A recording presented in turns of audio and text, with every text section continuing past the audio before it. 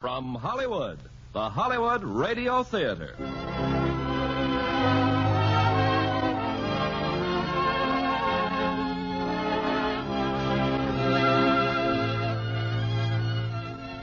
Starring Stewart Granger and Gene Simmons in Adam and Evelyn. Ladies and gentlemen, your producer, Mr. Irving Cummings.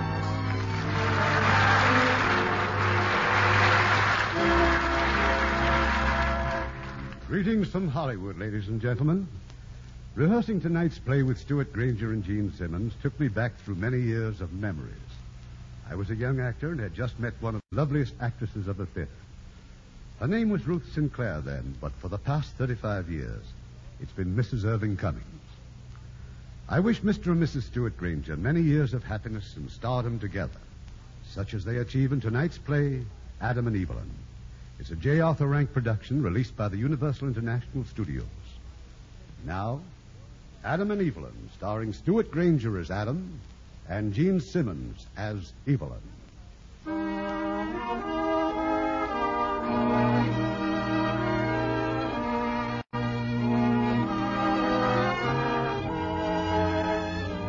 In London, when wealthy ladies and gentlemen are in the mood to gamble, sooner or later they visit Adam Black's apartment.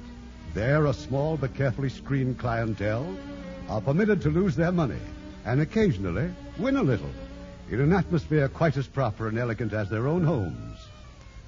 It's late at night. The gambling's over, and Adam has a handsome gift for a handsome woman. For you, Moira, for bringing the Boravinos. £100. Well, thank you. But they won, didn't they? Enough to bring them back. You might phone them tomorrow. There'll be another game session Thursday night. Oh, then you'll want Molly and Frank here, won't you? Oh, by all means. Tell them, will you, dear?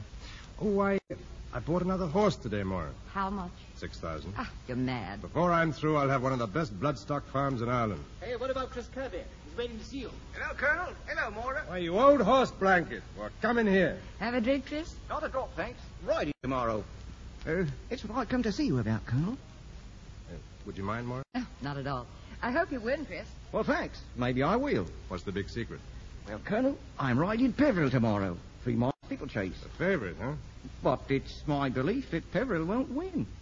Now, there's another horse, Colonel. Abbott's Moon. He'd pay a real nice price, 6 or 7 to 1. What about the others? Out for a breath of fresh air.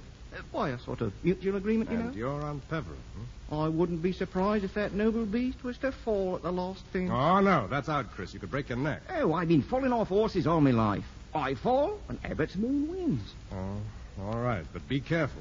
I'll put an extra 200 on Abbott's Moon for you. Thank you, Colonel. If you're not dreaming all this, we'll be a jump nearer to that farm of ours in Ireland. Oh, by the way, there wouldn't be a spare bedroom on that farm, would there, Colonel? What on earth for? Well, it's a long story. You see, Will you keep till tomorrow? Oh, sure, Well, then Colonel. you tell me after the race. And don't take any crazy chances. I've got sort of used to having you around. Don't you worry, Colonel. I can fall off a horse and land as light as a snowflake. Now, just remember, you're not as young as you used to be. Now, go on, get home. Get some sleep.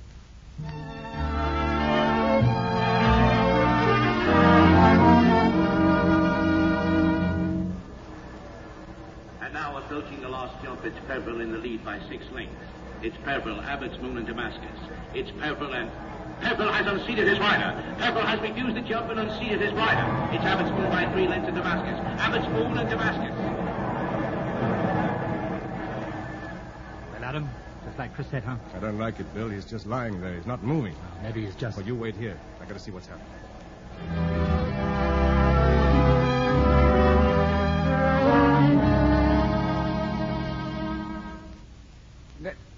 That you, Colonel? I just spoke to the doctor, Chris. You're going to be all right. I didn't fall as light as a snowflake after all. There's something I got to tell you, Colonel. Not now, Chris. Save it. No. I've got a girl. She's in a home for orphans. That's why I asked you. A spare room at the farm. A girl? Yes. My daughter. She was counting on me, see? Now, don't worry, Chris. I'll see to her. Evelyne Wallace was her mother's name. Evelyn Wallace. We'll be all. Sidmonton. I'll look after her, I promise you. Thank you, Colonel. There's something else. I used your name when I wrote to her, see? Your name, I shouldn't have. She thinks it. You're... Chris. Doctor!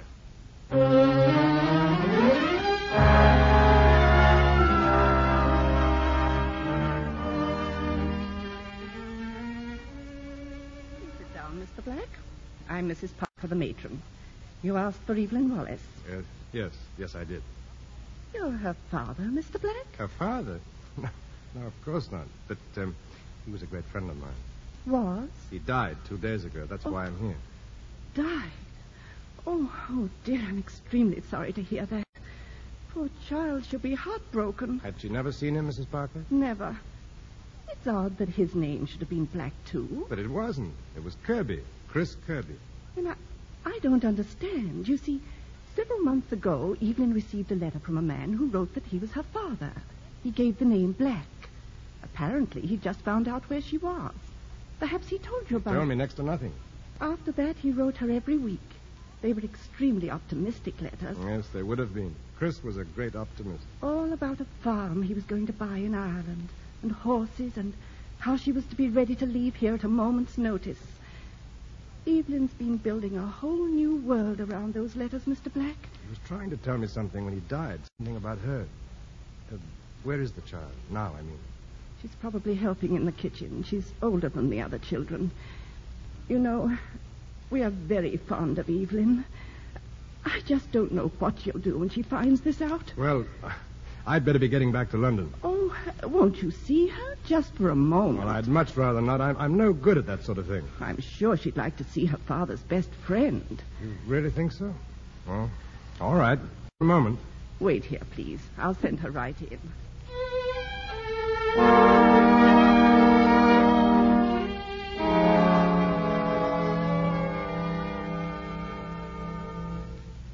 there in the office, Evelyn. Go right in, dear.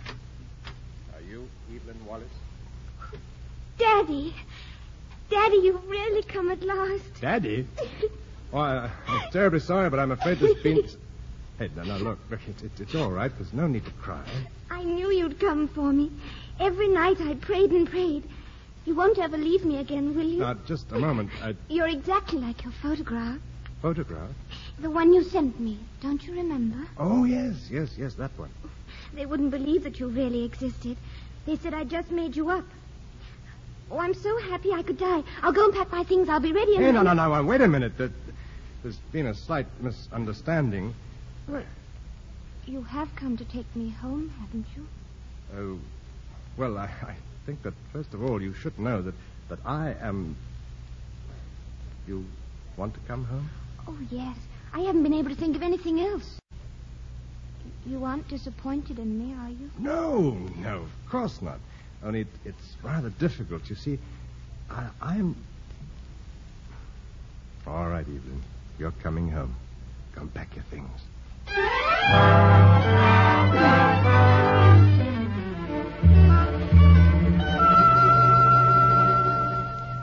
Well, this is it, Evelyn. This is where I live.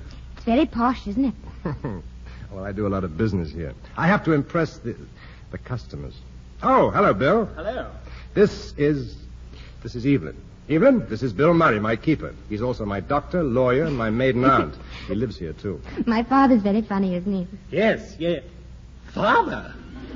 You heard what she said. Well, I wasn't quite sure. Her room's all ready, of course. Well, no, I wasn't sure you'd be bringing her back with you. Well, naturally I brought her back. Why shouldn't I? He's not very bright. I beg your pardon, sir.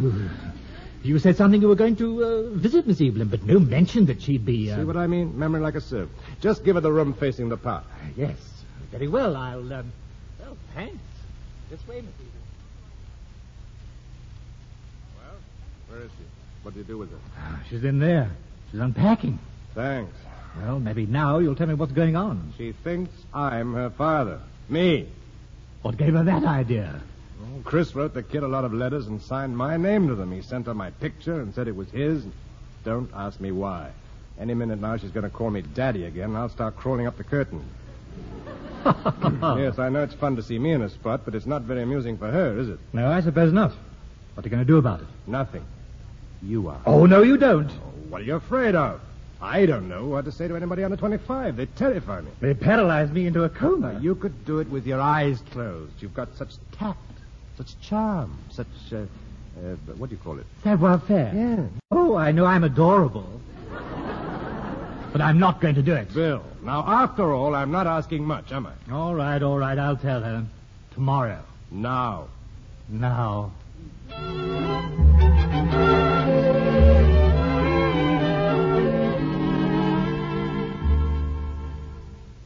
I'm glad you came back, Mr. Murray. It's this room. You mean all this furniture and things? They're just for one person? Oh, yes, miss. One person. I've been told to come in here to help you unpack. Oh, I'm so happy. I don't know what I'm doing. You didn't have a room of your own where you were, miss? Oh, I'd never had anything of my own until I found my father. When I read his first letter, I laughed and cried at the same time. Mrs. Parker, she's the matron. She had to slap my face to make me stop. Nobody believed that he would ever really come and fetch me, but I knew he would. Oh, isn't it wonderful, Mr. Murray? Miss Evelyn. Yes, Mr. Murray? Not Mr. Murray, just Murray.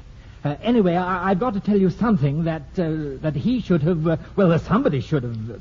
Yes, Murray? Well, not Murray. Call me Bill, see. Bill? Well, I just have to tell you... Yes, Bill? Well, how happy I am that you're united with your father at last. Oh, thank you. Well, that's that. Bill, what do I call him? What would he like? Adam. Just Adam. Adam? Oh, what a beautiful name. Yes, but whatever you do, don't call him Daddy. He hates any kind of fuss. Well, now, what do you want me to do with your, clothes? Well, I'm afraid they're all rather creased. Oh, dear. Oh, don't even think about them, miss. You won't be wearing these horrible things again. We've got to find you the kind of clothes that other girls have. I'll be back in a minute, Miss Evelyn.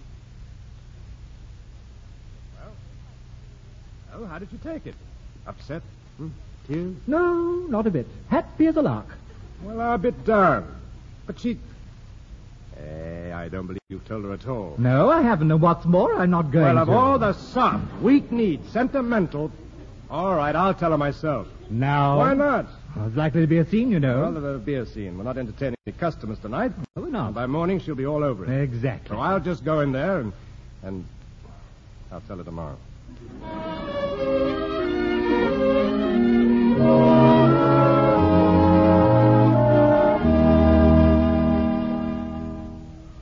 Good morning. Oh, good morning. I brought your breakfast. Breakfast? What time is it? It's almost 7 o'clock. Bill said you always liked your breakfast early. Almost 7 o'clock? In the morning? Oh, no. Shall I pour your coffee? Oh, I think I'd better say 7 o'clock in the morning. Oh. Bill said you were usually depressed in the morning. And sent you in to cheer me up. Huh? Yes. May I stay here and talk? Sure, go ahead. What a pity we were kept apart for so long. If only you hadn't had to spend all that time in that horrible Jap camp. How did you know about the Jap camp? You told me in your first letter. Don't you remember? Oh, yeah. Yes. What else did I tell you in those letters? Oh, about the time you nearly escaped, you and those 2 other men. Was one of them Bill? Mm-hmm. Do you still have those letters? Well, of course I have. I have them right here. Oh, would you mind if I looked at them sometime? There are 20 of them altogether, Adam, and 1 postcard from Bournemouth. Oh. Handwriting's a bit shaky, isn't it? Must have had a hangover when I wrote this one. What's a hangover? Well, it's when your stomach strikes back for what you did to it the night before.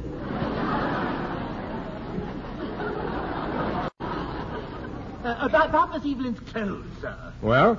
Bill thinks I should have some new ones, Adam. Take her out and buy her some. Well, I'm afraid I'm not very good at it, sir. I've had so little experience. Well, now's your chance to get some. Well, it's no good, sir. It's too late. Oh, don't be so melodramatic. Well, perhaps if I went by myself. Well, you've never been in London. Well, I'd get lost, I know, but I could... I should be delighted to take you, Miss Evelyn, but really my taste is appalling.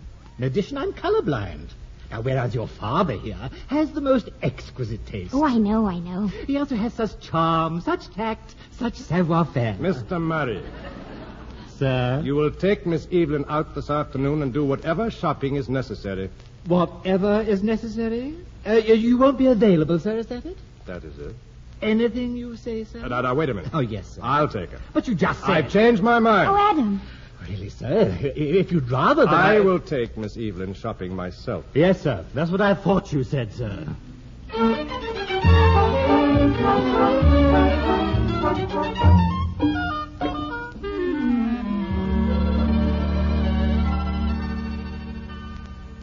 Oh, we had so much fun fun, Bill. You should have been there. You should have phoned me, Adam. I'd have joined you. Just get me a drink. After we bought my beautiful new wardrobe, we watched the changing of the guard at Buckingham Palace. You did? And then we took a ride on a bus. I've never been on a bus, you know. And then Adam took me to the Tower of London. You have had a day, haven't you, sir? Shut up. Oh, and best of all, we went to the monument. And guess what? We climbed every step clear to the top. I say, that must have been And then at sport. the top, the wind blew off my berry, and it floated away over half of London. And then Adam bought me a new hat, 2 new hats. And then we came home. Adam, you're not really tired, are you? Tired? Me? Oh, I've never felt better in my life. Oh, it's such fun going out with you. What are we going to do tomorrow? Tomorrow? And the next day and the day after that? Bill, Sir? where's that drink? Yes, sir. A drink? Why? Because I'm thirsty. Oh, there must be at least 500 things I want to see. Is that all?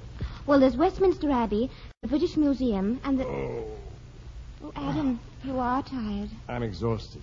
Why? Because I'm very, very old. I always forget you look so young. Why do you look so young? I had my face lifted. Have you really? Oh, Evelyn, you must get out of the habit of taking everything I say as a literal truth. That was meant to be a joke. Oh, I see. I found it rather amusing. Oh, your drink, sir. Thanks. And I think this belongs to you, Miss Evelyn. I found it in the hall. Oh, my rabbit's foot. Thank you so much. Matron gave it to me for Christmas. I wear it around my neck. See, Adam, it's a rabbit's foot. Trapped on the premises, no doubt. Oh, no, it was... Excuse me, sir, but don't you think that your daughter ought to have something nicer? Oh, yes, of course. Now, what about that thingamajig that Mrs. Bradley left? Now, oddly enough, it's just what I had in mind. Here you are, sir. Well, do you like it? It's a kind of... A family heirloom, sir. Oh, Adam, it's lovely. A brooch, a pearl brooch. Oh, it's the most beautiful thing I've ever seen. Well, you can borrow it for a while, then. What? Of course, I should only wear it to parties. What makes you think you're going to have any? I shall pretend. Adam, Oh, thank you.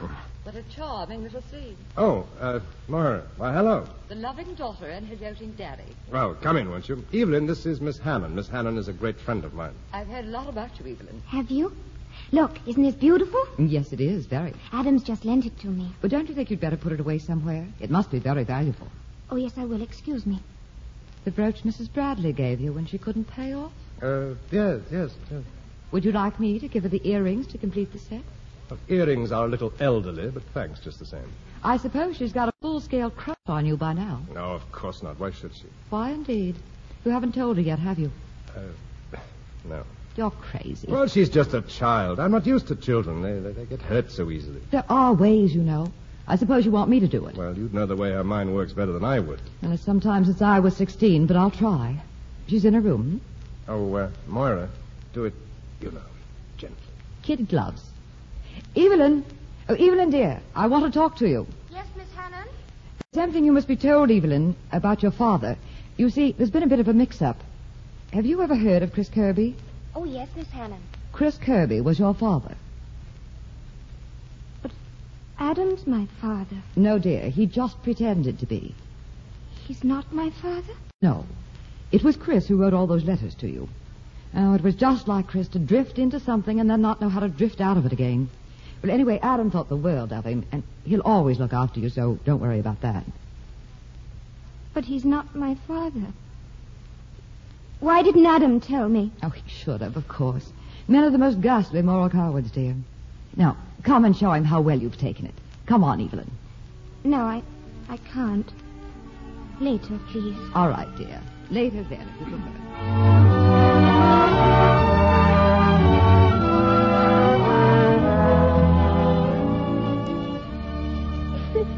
May I come in?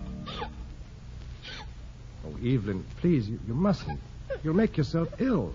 I can't help it. It's true, isn't it?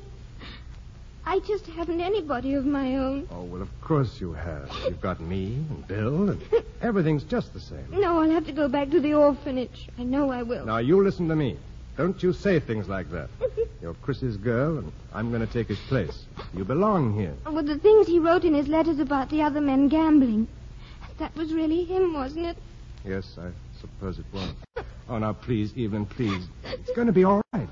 Look, I'll tell you what we'll do. We'll go out and buy things. Anything you want. It'll be fun. We'll go to all the shops in London and... Here's a handkerchief. Blow your nose. It looks terrible. What does? Your nose. It's as red as a plum. We'll have to put some powder on it. But I don't have any powder. Well, then we'll get some. Buckets of it. Meantime, you and I have got to have a talk about your future. My future? Yes. Oh, you're going to have a wonderful time. It's the first place you've got to go to school, of course, and the most elegant school we can find. France, perhaps, or Switzerland. Is that what you want, Adam? Well, yes. It's what I want because I think it's best for you. Then I'll go. I'll go wherever you want me to go. With big, fat tears rolling down your cheeks? Oh, Adam, I just don't know what to do. And leave it to me. You're my girl now, and I'll be so proud of you I'll bust. I'll try. I will. Honestly. And just one more thing. Yes, Adam? That nose again. Blow.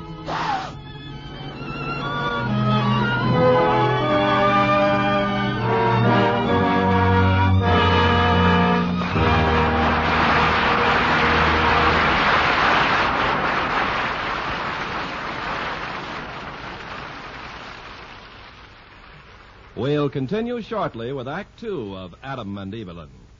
Make a friend, and you make an ally. There's a thought for you to keep in mind, as many another American has. In 1864, Clara Barton gave up a successful job in the patent office in Washington and devoted the rest of her life to bringing physical and mental aid to the wounded and dying on the battlefield. At first, it was the soldiers of the American Civil War. But when the war ended, she was forced to go abroad to recuperate from nervous exhaustion. While she was in Switzerland, Napoleon declared war on Prussia. Clara Barton was urged to return to her own country, but she refused. She felt it was her duty to remain in Europe and help the wounded of this new war. It didn't make any difference to her if they were French or Prussian. She didn't ask the nationality of the sufferer when she stopped the flow of blood from a soldier's wound. In spite of many inconveniences and hardships, she traveled across the rugged German countryside to reach the Prussian front lines. But there she was told that the only way she could be allowed into a frontline camp would be as a prisoner of war. Clara Barton agreed, and as a prisoner until the end of the war, she continued to do her work with the wounded Prussian soldiers. After the war, she remained in Europe to help the defeated French.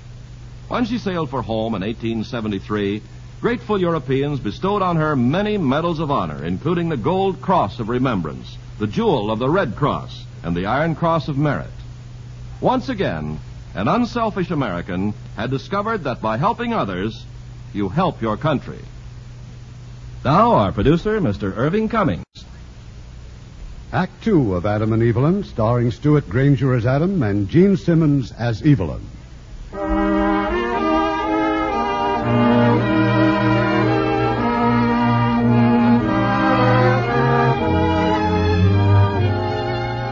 Over 2 years have gone by since Adam Black, professional gambler, became a father by proxy.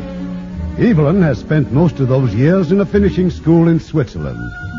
The changes wrought have been considerable, but now suddenly, Evelyn decided to return. Oh, you're angry with me, Adam. But it's so good to see you again. Angry? Why should I be angry?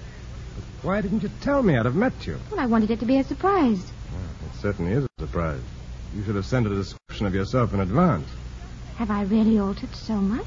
Well, a little. You're a very lovely young lady. Whatever I am, you've done it all for me. Oh, no. No, I'm not going to take the blame for all this. I sent you away to get rid of you. Am I here to stay? Please?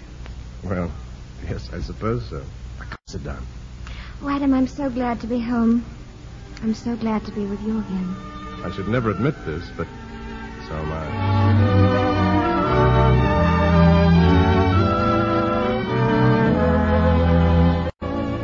Good morning. Good morning, Bill. You look horrible, if I may say so. Well, you're entitled to your opinion. I feel marvelous. And if that's my breakfast... This is Miss Evelyn's tray. Well, where's mine? Or do I take second place around here from now on? And what is this? That is a rose, sir, slightly spattered with dew. Give me that tray. I'm warning you, sir, if on you your way, so... my good man. I'll bring it into Evelyn myself. Oh, Adam, how sweet of you. Yes. The The rose was Bill's idea, not mine. It's beautiful. Oh, don't go. Stay and talk to me. What about? Oh, anything. You? Are you going to be busy today? Yes, fairly. You must work terribly hard. Everything about you is so expensive. Your car, this apartment, everything. You must be disgustingly rich. I get by. On the continent, they think we're all crippled with income tax. Well, so we are, if your income is taxable. Well, isn't yours? Some of it. You know, I've never been very clear about what you do. I used to tell the girls that you're a financier. Well, that's near enough. I gamble. Adam, you don't. Doesn't the idea appeal to you? Well, of course it doesn't. Adam, you're just joking, aren't you? Yes, of course I am. I gamble on the stock exchange. Well, don't you ever joke like that again, not ever. No, I promise. Tell me something. Why are you so upset about gambling? Why? But you should know why, you of all people. My father was a gambler, and if he'd been anything else, he'd still be alive, and... Oh, I'm sorry. It was thoughtless of me to ask you. Now, may I ask a question? Adam, am I what you wanted me to be? Oh, you'll do. I wish you'd let me tell you how I really feel about all you've done for me. There wasn't a day when I didn't realize it, and I'm going to work. I shall find some very useful and important work to justify myself. I'll find a floor for you to scrub. No, I'm serious. I've learned a lot. I can speak French, and I came first in biology. I always wanted to meet a girl who came first in biology. I can see I've got to do some phoning. What for? You've got to meet people your own age. But why? To get you off my hands. That's all you ever think about. Yes, it's quite enough. We'll arrange a party for tonight. Well, just for tonight. But you mustn't think you've got to entertain me. Go on now. Eat your breakfast.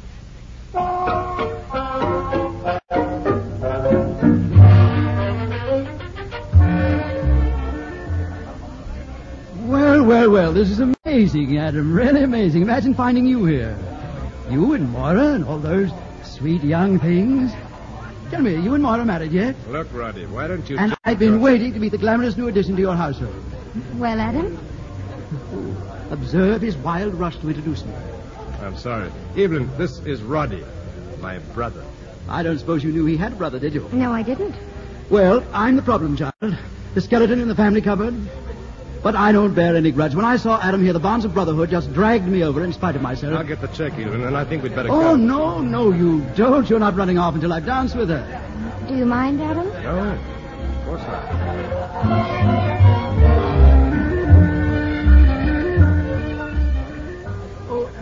Tell me, Evelyn, how well do you know Adam? Very well indeed. He's been wonderfully kind for me. That wouldn't be hard.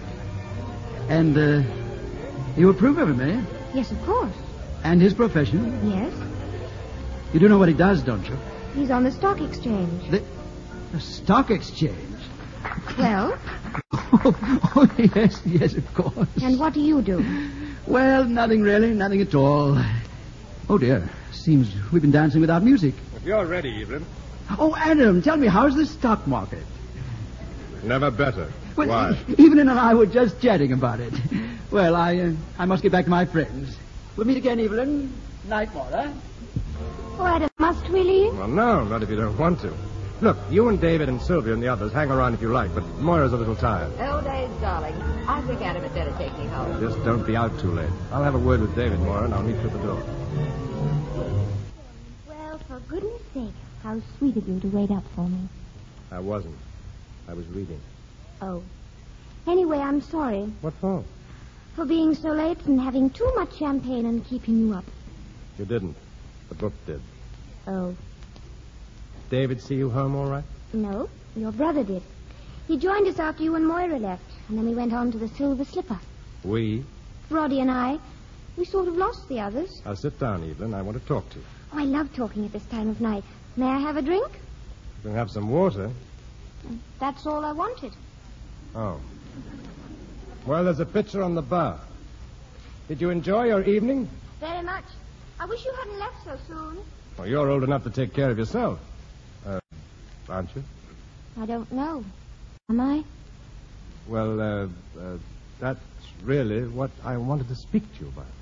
You see, I don't want to cramp your style in any way, but I am responsible for you until... Until what? Well, until you fall in love and marry someone.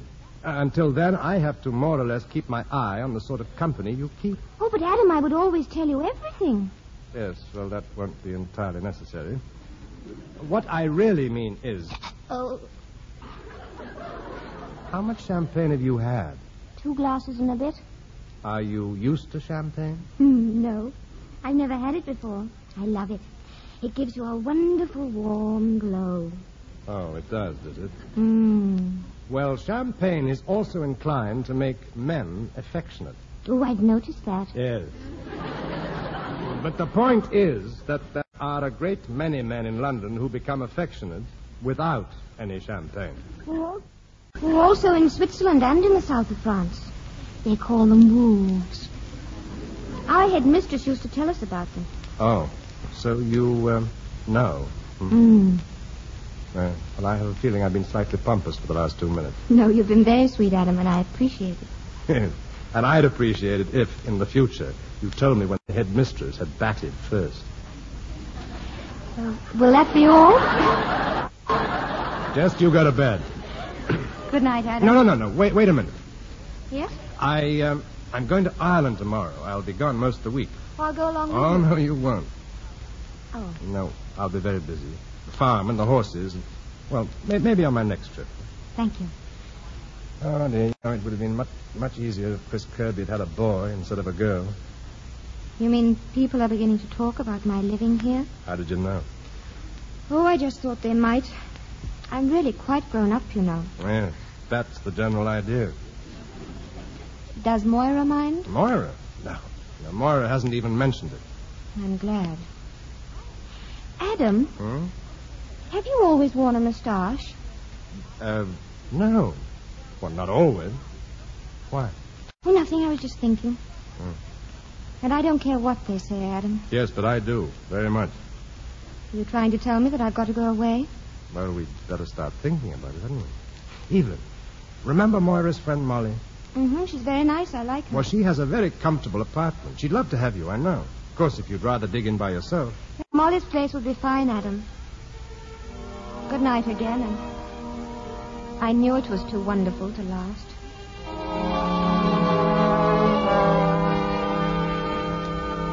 That's you. Welcome home, Adam. How are you? Oh, tired. Plane was late. How's the farm? Wonderful. The yearlings are really something. You ought to see them. They probably only kick me. Horses usually do. Well, we've got a big game inside. A couple of Americans, Mr. and Mrs. Blair. Need any help? No, not yet. Between Moira, Molly, and Frank, we're holding our own. Hey, wait a minute. What? What have you done to yourself? You remind me of somebody else. Oh, I shaved my moustache. Oh, bad luck. It doesn't suit you. Oh, thanks. Anything else to report? Nothing that can't wait. Is Evelyn all right? Oh, she's phoned a couple of times just to chat with me. Well, lay out my clothes, will you, and tell them I'll be in a minute. Hello, you two. Hello, darling. How are you, Adam? Fine, thanks, Molly. We thought you were going to miss the game. Not a chance. What have you done to yourself? You look ill. I've shaved my moustache. Oh, pity. How's the chaperoning been going, Molly? So. I don't see much of Evelyn these days. Oh? Molly tells me she's out with your little brother most of the time. Now, come along, darling. You're needed in the game.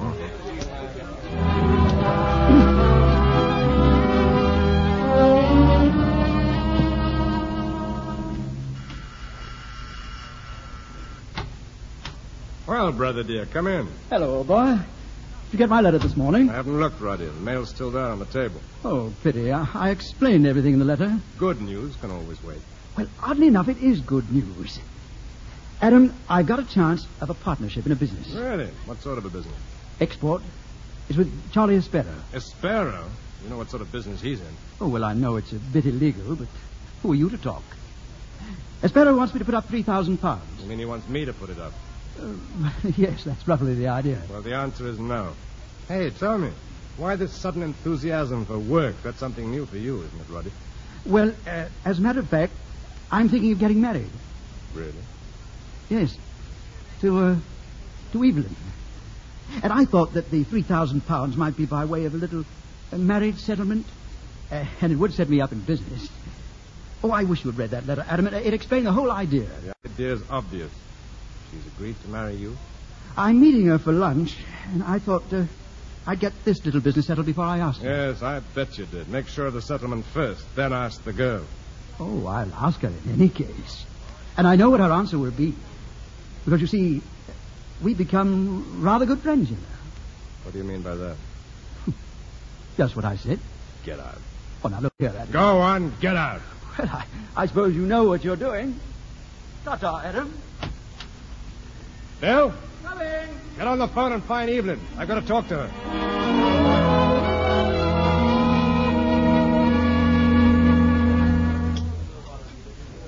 Well, Adam, when are you going to tell me? Tell you what?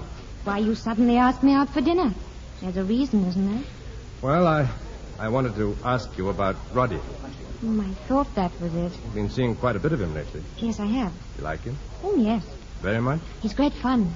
Well, are you in love with him? No.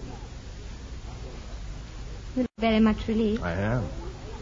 Would you mind if I were? Roddy told me this morning that he was going to ask you to marry him. Well, that's the first I've heard of it. You haven't much use for him, have you? I've known my brother for a long time. Aren't you being just a little unfair to him? Is that what he says? No, not exactly, but I think he feels that as far as you're concerned, he can't do anything right. That you just don't understand it. I understand Roddy too well. Well, after that little plea for the defense, shall we talk about something else? If you like. We could talk about your friends, Adam.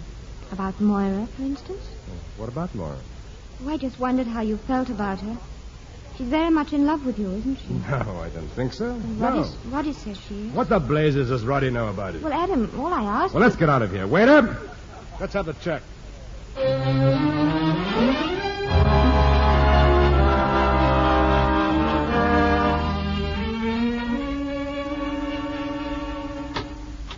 Well, you're home early, Adam.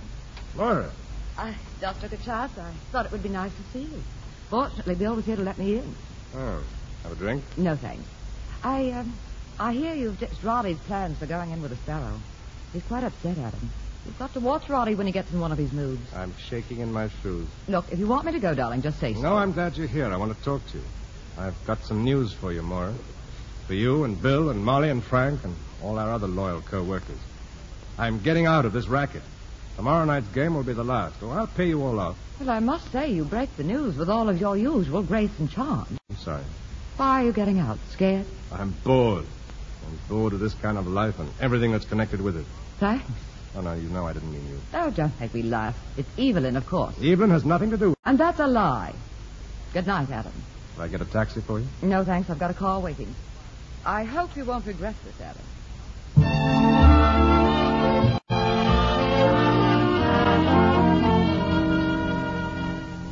I stopped by to see you, Roddy. I thought you might be interested. Well, it's very decent of you, Moira. So, Adam is bored, is he? Bored to death with everything and everyone. I've got quite a confession to make. He means me, too. But not our dear little orphan child, I suppose. She's at the bottom of the whole thing, of course. She still doesn't know what he does for a living? Not unless you've told her. Oh, no. I've been keeping that from her till the last moment. I wonder if that right moment isn't here. Yes. Yes, it's time Adam was jolted out of that pipe dream he's living in. But, no, perhaps Evelyn isn't the right one to tell after all. No? No. I'm thinking of the police. Police? Oh, you wouldn't dare. Well, maybe not. But it's something to think about. Isn't it, Moira?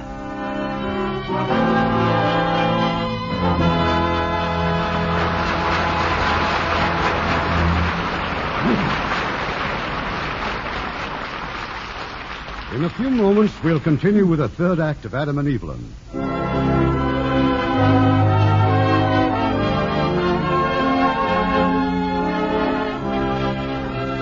We pause now for station identification.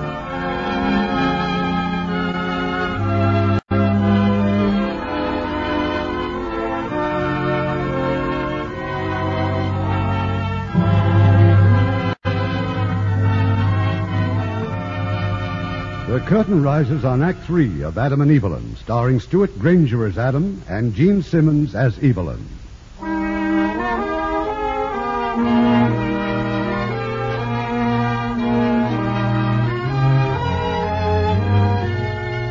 It's the following night, and in Adam's apartment, the gambling tables are once again in evidence. There's a large crowd of players, but only Moira and Bill know that this is Adam's finale. Now at the front door are a couple of unexpected visitors. Hello, Bill. How are you? I'm fine, Miss Evelyn. Is Adam expecting you? Well, I suppose so. He sent Roddy here to fetch me. He didn't tell me, miss. Why should he? Because I've had certain instructions, chum. But it's time she learned the facts of life. Well, what is this surprise, anyway? Oh, this way, darling. You know all about it in a moment. The bank is at 3,000. Bank is at... Eve, Hello, Adam. come with me. Who brought you here? Your brother. Where is he? The other room. I preferred seeing you alone now that I found out. I'll thank him later. Well, I suppose it's a bit late to try to explain. What's there to explain? I can see for myself. And you're horrified? Well, that's natural. But if you listen to me for a moment... Why did you lie about it? I had to. To spare my illusions, I suppose. Is that just a bad reason? You could have told me before I had any. How could I have told you when I found out you had this phobia against gambling? Well, because of that, you should have told me. You had any honesty in you. Instead of that, you built up a wall of secrecy. To protect you? To hide behind. Why did you go on letting me think you were someone else? Why did you tell me you were my father's best friend? I was. I loved you. How can I believe that? Or anything else you ever say again? First I lost my father, and now I shall lose you, all because you couldn't stop gambling. Oh, stop dramatizing I'm everything. not dramatizing anything. I want to go away from here.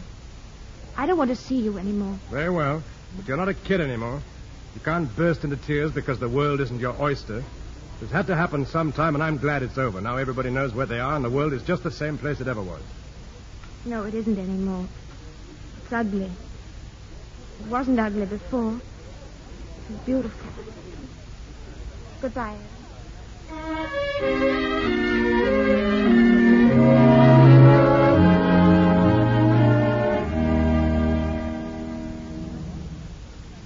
You waiting for a taxi, too?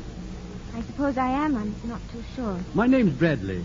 Didn't I just see you up in Adam's apartment? Did you? My luck was unusually bad tonight, so I decided to leave. Well, I'm afraid the taxi situation's hopeless. Can I escort you anywhere?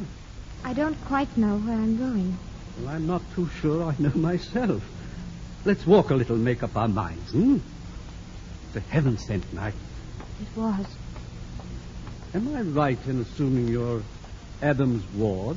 Yes. I thought so. I haven't seen you at the game. I didn't even know they existed until tonight. And the Discovery's shock show, is that right? Yes. Now, let me tell you something. The best idols always have feet of clay. They'd be intolerable if they hadn't. And besides, there's something rather human and endearing about feet of clay. All the women I ever loved had them.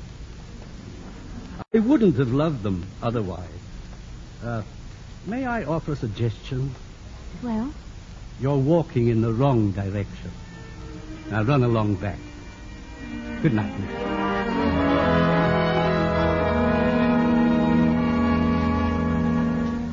Where is he, Bill? Where's Roddy? Left 5 minutes ago. And if you ask me, it's just as well. There'd have been a fight, you'd have knocked him down. Only I didn't ask you. No, that's right, you didn't. Now, if I'm not being too inquisitive, what's Moira doing over there at that window? There in the other room. I don't know. Been at that window a dozen times. You expecting any more visitors? Let's take a look. A car at the curb. 4 gentlemen. 5 gentlemen. 2 coming in and 3 on the street. Excuse the expression, Adam, but those men are police. Come on. We've got just about 2 minutes. Ladies and gentlemen, I'm sorry, but there will probably be a police raid at any moment. Now, if you'll all keep perfectly calm, nothing will happen to you. Will you please come with me into the other room? Phil, you, Frank, Molly, Carter, get rid of everything just the way we rehearsed it. Thanks, Moira, but I'd rather you stay close to me. This way, ladies and gentlemen. Well, Moira, do you know anything about this? I thought so. When the police arrive, are you going to give the game away? No. No, I don't think you will. Mrs. Salop, can you play the piano? Well, I do, stupid old dear. I haven't played for years. Now's your chance to practice. Oh, but really... Mrs. Salop, sit down, please, and start playing. Now, we're all here enjoying a pleasant evening of music.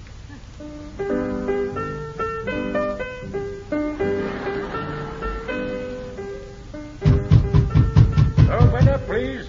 This is the police. Be right there. You're doing beautifully, Mrs. Salop. Don't stop. Mr. Black? Yes?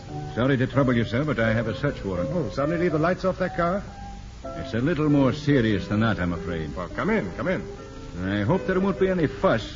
I have men at the other door, so don't try to... You know what's going on here. Please, Mrs. Salop is playing. A few friends, music lovers, who meet occasionally for what may seem to you a rather old-fashioned evening. Were you looking for something? I have reason to believe these premises are being used for illegal gambling. Really? I hadn't noticed. All the same, I don't think this little party is quite as innocent as it seems. Why don't you take your men and look around? That's exactly what I'm going to do, Mr. Black. And quietly, if you please. Mrs. Salop is quite sensitive. You're coming with me. Whatever you say, sir. All right, Mr. Black. Who's the young lady? What? Oh. I'm back. Oh, we've had a few more visitors since you left. This is... Inspector Collins, miss. Miss Kirby, Inspector Collins. Inspector Collins is a policeman. Policeman? Miss Kirby, didn't I see you leave this building a few minutes ago? Well, yes, I suppose you did. May I ask why? Miss Kirby doesn't like music. It bores her. Quiet. When you left here, miss, is there anything else being played besides music? Well, yes, there was. There was gambling. You'll swear to that? Yes, sir. You can stop now, Mrs. Salop. Thank you very much. Can I trust you to stay here for a few minutes, Mr. Black? I'll be here. You heard him, madam. Cut out that nonsense. Why? I had to, Adam. Revenge? No. Always tell the truth and wash your hands before tea, is that it? No, it isn't. Then why? Adam, what will they do to you? Will they send you to prison? Do you really want to know? They'll stand me up in a court and they'll say unpleasant things to me and then they'll fine me. A lot? A lot. Not prison? Sorry to disappoint you, no. Oh, dear, then you'll start again. Please don't start again, Adam. I don't want you to. That's why I told them. It isn't right for you. It's wrong. You could do something else. What business is it of yours what I do? Well, none, I suppose. Except that I love you. Huh? Oh, don't be silly. I'm not. It's true. But you are being silly. You can't love me. Well, why not? Well, I'm 110 years older than you to begin with. And you see this? Gray hair. Yes, you have, haven't you? Well, I haven't got as much as all that. Oh, what am I supposed to do? You could marry me, perhaps. Are you angry? Yes. I'm sorry. Do you hate me for sending you to prison? It was the You're only thing not that... sending me to prison. I just told you. Oh, how can you marry me? The whole thing's crazy. I'm all wrong for you. You want someone solid, not me. Well, say something. I've said it. I love you. Come in. No, cut that out. Oh, sorry, Inspector. You'll have to come along, Mr. Black. Police station. Police station? Oh, just to book the charge, miss. Right away, Mr. Black, if you please. I won't be gone long, Evelyn. Oh, Adam, wait a minute. I forgot to tell you why I came back. Well, I thought you came back to send me to prison. Oh, but that wasn't really why I... Oh, I see. You came back to propose to me, huh? Oh, no, that was an afterthought. But I've been thinking about it for some time, and I've come to the conclusion that I really like you much better with your moustache.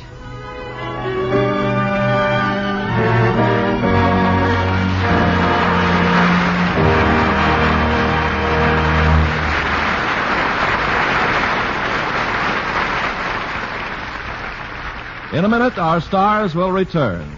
If you go to Easton, Pennsylvania anytime soon, you might run into a fellow who is studying at Lafayette College. It wasn't too long ago that he was a kamikaze pilot. He was an enemy. Today, he's getting a free democratic education because of a boy by the name of Robert Johnstone.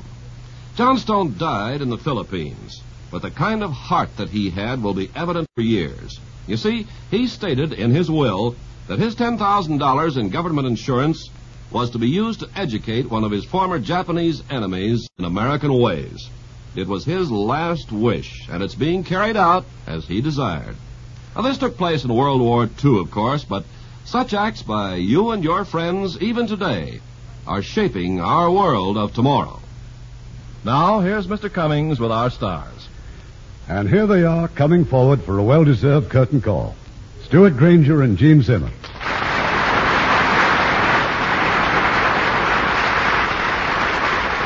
And we're looking forward to the time when you'll be co-starring here in your first American picture together. Oh, that'll be some time yet, Irving, as we just started production on it at Metro-Goldwyn-Mayer. Meanwhile, we're delighted to appear here together in Adam and Evelyn.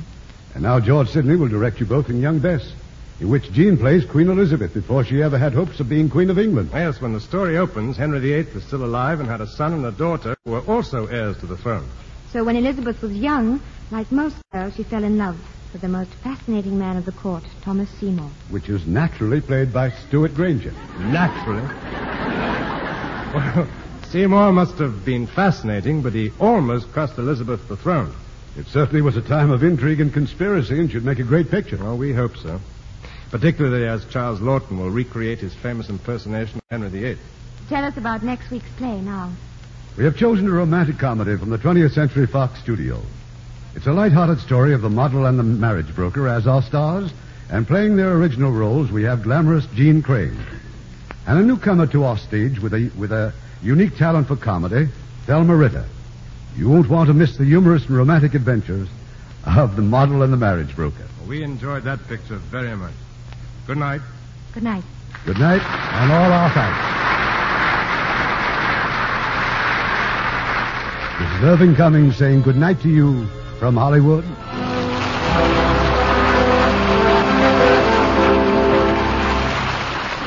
Heard in our cast tonight were Leo Britt as Bill, Yvonne Patey as Moira, Chester Stratton as Roddy, Norma Varden as Mrs. Parker, Herb Butterfield as Bradley, Bill Johnstone as Collins, Tim Graham as Chris, and June Jeffrey and Eddie Marr. Our play was adapted by S.H. Barnett, and our music was directed by Rudy Schrager.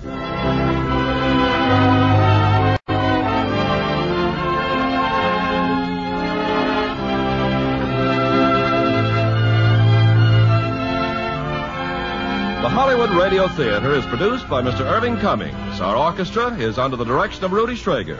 This is Ken Carpenter inviting you to join us next week at this same time for another presentation of the Hollywood Radio Theatre.